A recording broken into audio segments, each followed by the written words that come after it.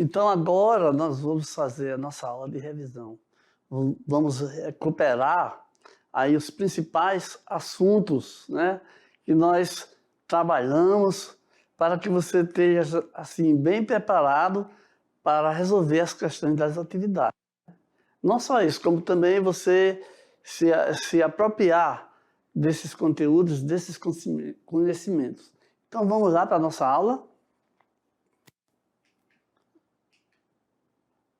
Nesta aula, nós estudamos a Semana da Arte, né, moderna, né, vários acontecimentos que acabaram deflagrando, né, sendo importante para o acontecimento da Semana da Arte Moderna, de 1922, e o grupo dos cinco que a gente fala dos artistas principais que participaram do projeto, né?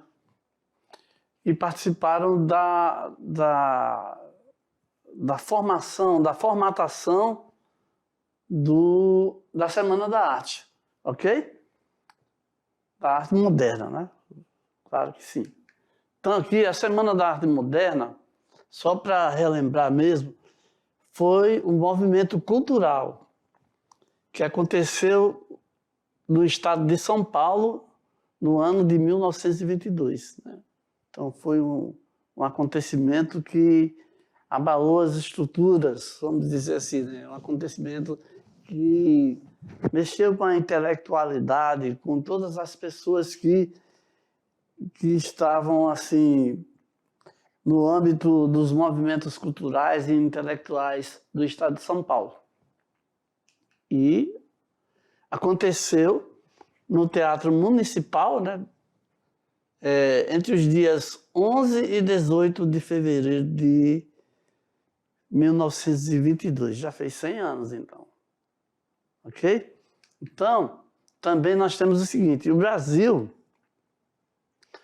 pôde se libertar e conseguir a livre expressão da criatividade, sem influência dos movimentos, né, externos, né, como o fauvismo, que nós já estudamos, o expressionismo, o futurismo, o cubismo, né, e o dadaísmo. Mesmo que alguns desses movimentos tenham sua influência, né, de vez em quando aparece a sua influência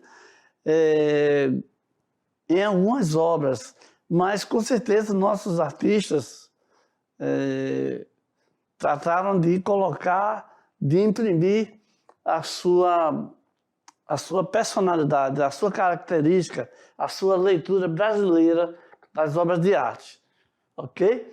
Então, seguindo aqui, nós temos o grupo dos cinco, nós falamos sobre eles, né? Então, o primeiro aqui, Mário de Andrade, escritor, né? Mas também um estudioso da música, e inclusive teve uma influência muito grande. E temos também Oswald de Andrade, um outro intelectual, né, e escritor e poeta. Mário de Andrade também teve suas poesias, né? E aí vem Tarsila do Amaral, uma espécie de um grande talento, uma genialidade na leitura, na colocação brasileira de suas obras. O escritor e jornalista e poeta também, e intelectual, Menotti Del Picchia, que teve assim também uma colaboração muito expressiva, né? E fechando aqui com chave dourada aqui, Anita Malfatti, ok? Então, esses artistas aí formaram o famoso grupo dos cinco, né?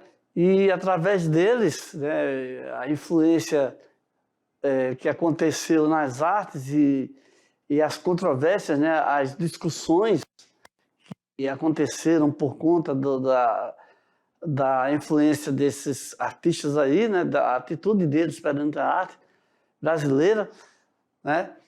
Quer dizer, não como se eles estivessem de fora, né, dentro da arte brasileira.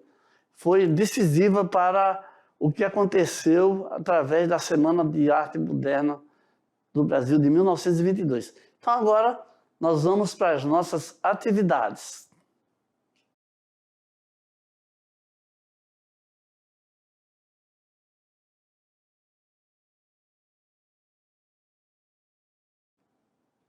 Opa, então agora nós vamos ver cada atividade. Eu sempre peço para você ler com calma, porque a leitura é muito importante, que através dela a gente percebe muitos significados que facilitam, né, na hora de resolver as questões. Vamos lá. Aqui na questão de número 1, você tem que a arte moderna é considerada um divisor de águas para a cultura brasileira. Sobre esse período, é correto a alternativa que afirma. Temos aqui na letra A, propôs uma continuação da tradição, né? Aqui, eu vou ler só as primeiras frases aqui do tópico, tá? Antecipou renovações artísticas.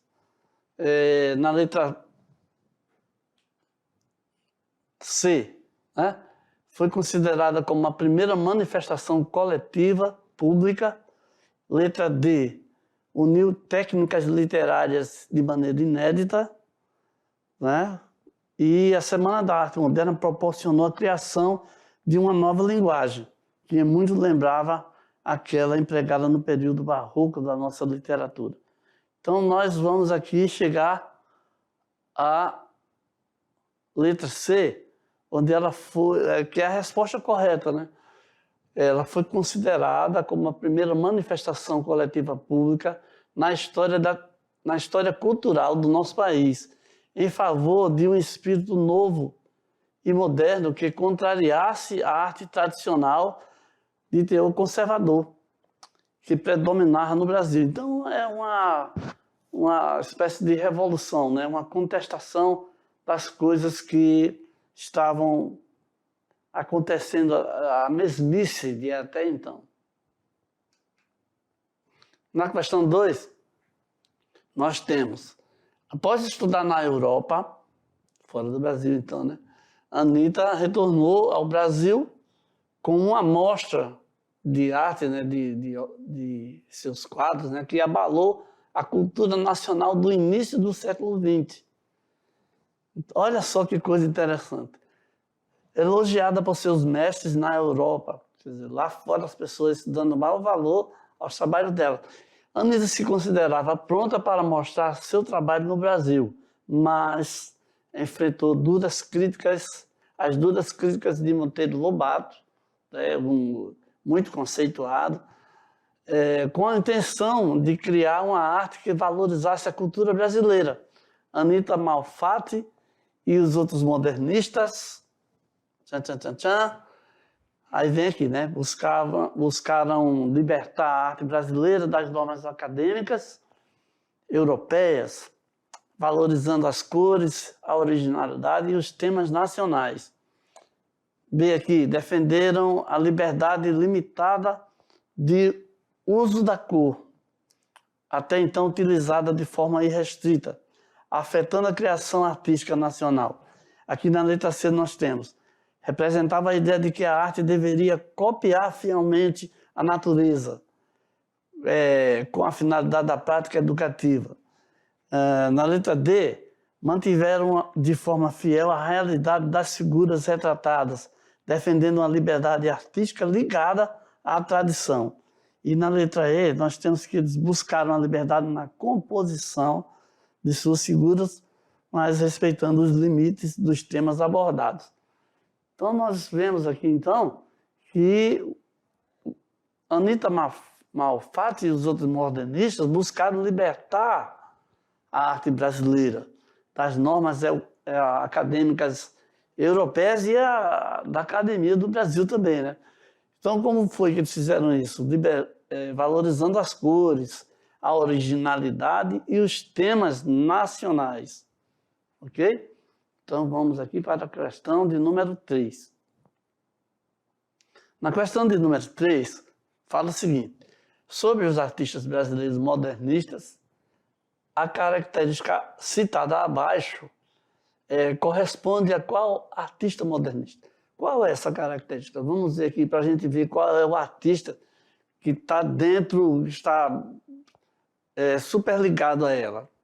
Então, em 1917, reuniu 53 de suas obras com forte tendência expressionista, a fim de expor individualmente em São Paulo na exposição de pintura moderna. Esse evento tornou-se um marco do movimento modernista do Brasil. Então, com essa característica aí, nós chegamos ao resultado de que estamos falando de Anita Malfatti, que foi a única artista que expôs seus quadros aqui em 1917, é que teve maior destaque, né? Então, vamos seguir aqui para a questão de número 4, né? Uma das grandes aspirações da semana de 22 era renovar o ambiente artístico e cultural do país, produzindo uma arte brasileira, afinada com as tendências vanguardistas europeias, sem, contudo, perder o caráter nacional. Então, podia ter uma certa ligação, uma certa influência. A ideia do que estava acontecendo com as vanguardas europeias, mas tinha que ter um caráter, uma originalidade do caráter nacional, ok? Analise aí a alternativa com as sequências corretas em relação à Semana de Arte Moderna. Então aqui, logo aqui nesse item 1, nós temos que o movimento modernista buscava resgatar alguns pontos em comum com o barroco. Resgatar pontos em comum com o barroco, como os contos sobre a natureza e com o parnasianismo, como o estilo simples da linguagem. Seguindo aqui, nós temos no 2 aqui, ó, a exposição do artista plástico Lazar Segal, em 1917, representou um marco para o modernismo brasileiro. Em suas obras representavam tendências vanguardistas europeias, o que, de certa forma, chocou grande parte do público. Foi criticado pela corrente conservadora, mas despertou os jovens para a renovação da arte brasileira. E aqui no 3 nós temos que o escritor Oswald de Andrade foi quem abriu o evento com a sua conferência inaugural, A Emoção Estética na Arte Moderna. Em seguida, apresentou as suas obras Paulicéia Desvairada e Amar, Verbo Intransitivo. O maestro e compositor Villa-Lobos foi um dos mais importantes e atuantes participantes da Semana da Arte, mas foi vaiado. E 5 aqui, as esculturas de Brecht, impregnadas de modernidade, foram um dos estandartes da semana. Sua maquete Movimento às Bandeiras foi recusada pelas autoridades paulistas, mas hoje, né, é uma das esculturas públicas mais admiradas em São Paulo. Então vamos ver aí quais são os que estão de acordo, né, contém a sequência correta. Então, nós vemos aqui que o 4 e o 5, né? Então, vamos ver.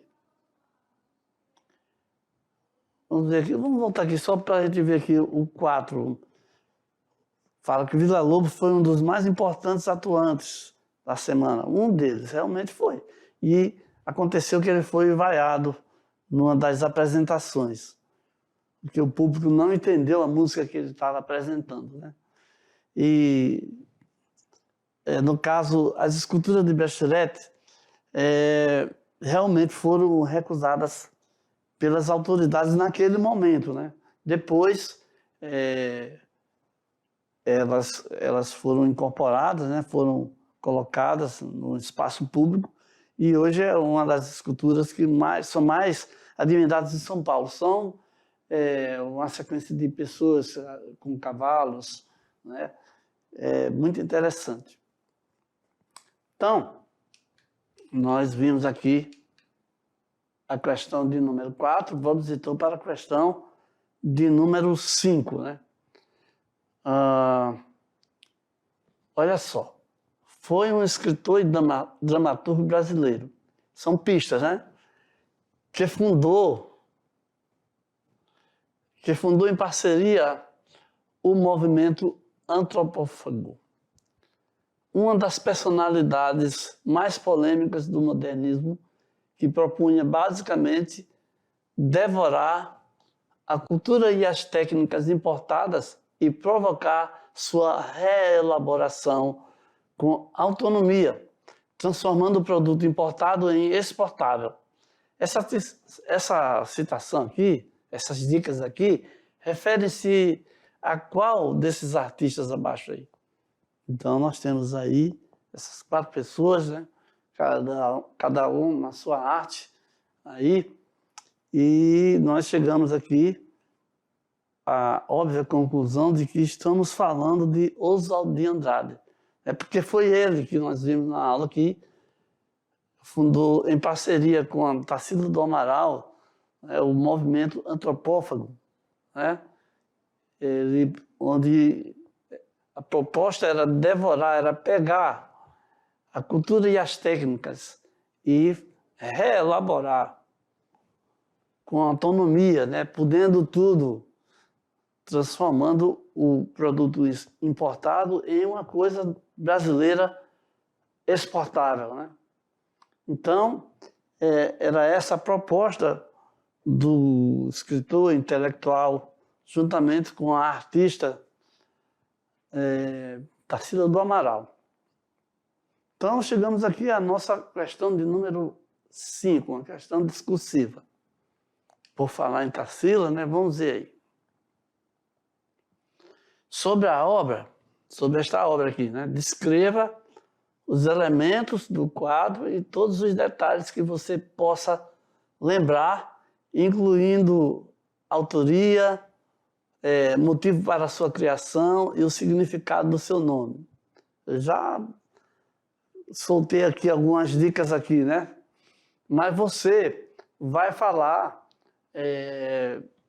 a seu modo, da sua maneira, né? Vai fazer a interpretação sobre o quadro, né? Que nós tanto já falamos dele, né? Tanto já discutimos, tanto já alertamos para os seus elementos, né? A sua maneira, a composição, as cores.